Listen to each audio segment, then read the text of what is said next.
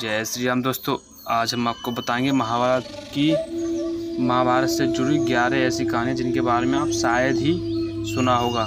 तो इस वीडियो में हम केवल 5 ही कहानियाँ बताएंगे और अगली 6 कहानियाँ अगले वाले पार्ट में आपको बताएंगे। तो चलिए शुरू करते हैं।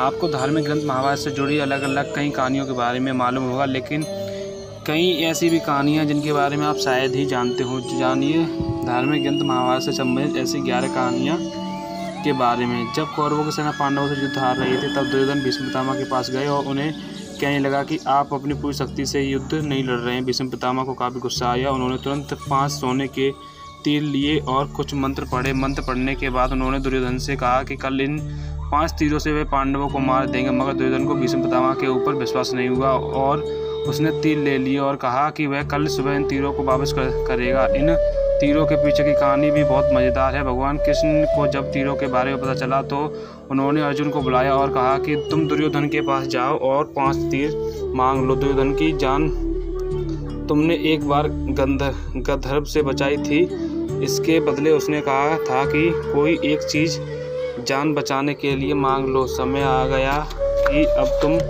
उन 5 सोने के तीर मांग लो। अर्जुन दुर्योधन के पास गए और उसने तीर मांगे। क्षत्रिय होने के नाते दुर्योधन ने अपने वचन को पूरा किया और तीर अर्जुन को दे दिए। नंबर 2, द्रोणाचार्य को भारत का पहले टेस्ट ट्यूब बेबी माना जा सकता है। यह कहानी भी काफ़ी रोचक है। द्रोणाचार्य के पिता महर्षि भारद्वाज थे और उनकी माता एक अप्सरा थी। दरअसल एक शाम भारद्वाज शाम को गंगा नहाने गए, तभी उन्हें वहां एक अप्सरा नहाती हुई दिखाई दी।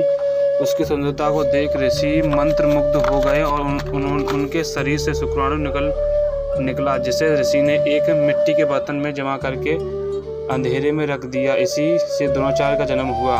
नंबर 3, जब पांडवों के पिता पांडु बनने के करीब थे तो उन्होंने अपने पुत्र से कहा कि बुद्धिमान बनने और ज्ञान हासिल करने के लिए वो उनका मस्तिष्क खा जाए। केवल सहदेव ने उनकी इच्छा पूरी की और उनके मस्तिष्क को खा लिया। पहली बार खाने पर उसे दुनिया में हो चुकी चीज़ों के बारे में जानकारी मिली। दूसरी बार खाने पर उसने वर्तमान में घट रही चीज़ों के बारे में जाना और तीसरी बार खाने पर उसने भविष्य में क्या होने वाला है इसकी जानकारी मिली। नंबर 4, अभिमन्यु की पत्नी वत्सल्या बलराम की बेटी थी। बलराम चाहते थे कि वत्सल्या की शादी दुर्योधन के बेटे लक्ष्मण से हो। वत्सल्या और अभिमन्यु एक दूसरे से प्यार करते थे। अभिमन्यु को वत्सल्या को पाने के लिए घटोत्कच की मदद ली।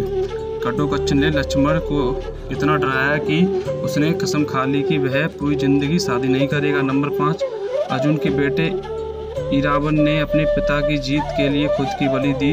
बलि देने से पहले उसकी अंतिम इच्छा थी कि वह मरने से पहले शादी कर ले, मगर इस शादी के लिए कोई भी लड़की तैयार नहीं थी, क्योंकि शादी के तुरंत बाद उसके पति को मरना था।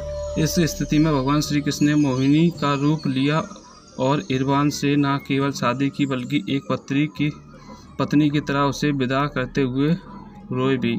तो आशा करते हैं आपको वीडियो पसंद आई होगी तो इसे लाइक कीजिए और अपना प्यार दीजिए। और हाँ, हम 6 कहानियाँ अगली बारी वीडियो में आपको बताएंगे। अगर आपको ये अच्छी लगी तो इसे कमेंट करिए और लाइक कीजिए। धन्यवाद।